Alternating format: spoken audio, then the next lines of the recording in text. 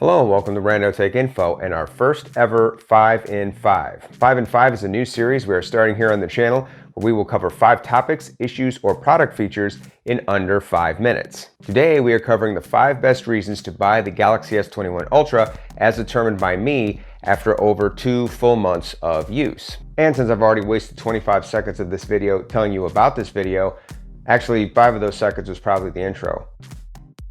The first and probably best reason to buy an S21 Ultra is the camera, or cameras, since there are 4 of them.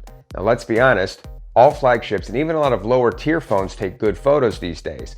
But the 2 things that set this phone's camera system apart is the zoom and the video. The 3 times and 10 times optical zooms offered by this phone make it one of the most versatile picture-taking phones ever, and in the North American market in particular, where Huawei isn't a thing, nothing can really match it. The video on this phone is also fantastic, and it finally gives Android users a next level recording experience that iPhone users have been enjoying for years.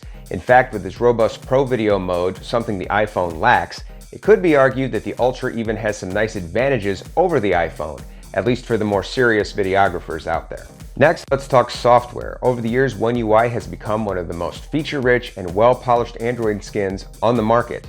Samsung DeX, a robust game mode, and one-handed ease of use are just some of its standout features. Now, some people argue that they like a lighter skin with less bloat, but honestly, most things in One UI, for example, like the Edge display, can be disabled or ignored if you don't want to use it, and most of the pre-installed apps on the phone that comes with can be uninstalled. In addition, Samsung has gotten much better with their update schedule, and they now offer 3 years of OS updates and 4 years of security updates, making them one of the best in the industry, matching Google and only rivaled by Apple. Now, you can't talk about a Samsung flagship without talking about the screen. Samsung makes some of, if not the best screens in the industry, and they of course have saved their best for the Ultra. At 6.8 inches, it's one of the biggest displays on the market.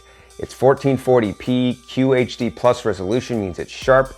Its 120 Hz adaptive refresh rate means it's smooth without crushing your battery life. Its industry-leading 1500 nits brightness means you can see it clearly in almost any lighting condition, and the edges are just curved enough to make navigation gestures easy to use without causing accidental touches or affecting viewing angles. Yes, there are some screens out there with higher touch sampling and refresh rates for you gamer types, and yes, Sony has put 4K displays in some of their flagship phones, but when you look at the total package, the screen on the Galaxy S21 Ultra is really tough to beat. Now let's look at performance. If you want to know if this phone's multi-core benchmark is 100 points higher or lower than other flagship phones, there are plenty of videos out there where you can watch to get that kind of information. All you really need to know is that here in the US and South Korea, it has Qualcomm's latest 888 processor and either 12 or 16 gigs of RAM, depending on the model, making it a gaming and multitasking beast. In other parts of the world, you will get the Exynos 2100 processor, and while Snapdragons have historically outperformed the Exynos chips, the 2100 seems to have closed the gap quite a bit.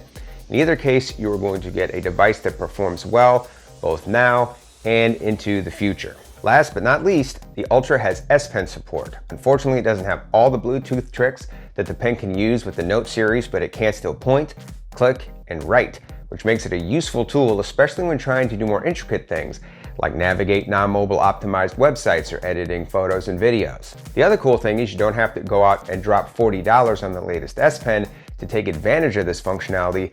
Any old S Pen from any old Note device will work. The one I'm currently using, I got on the Zon for $9, and it is a replacement pen for an old Note 8. Well, those are the best reasons I could come up with to go out and buy a Galaxy S21 Ultra. Some of you might have noticed I didn't mention things like form factor or battery life, and it's not because those things are bad by any means. They just aren't the most compelling reasons to pick up this phone, at least not for me. Also, for the sake of objectivity, I will be doing an upcoming video focusing on the 5 reasons you might want to pass on the S21 Ultra, so if you don't want to miss that, be sure to subscribe to the channel and hit the bell icon looking thingy. Not too shabby.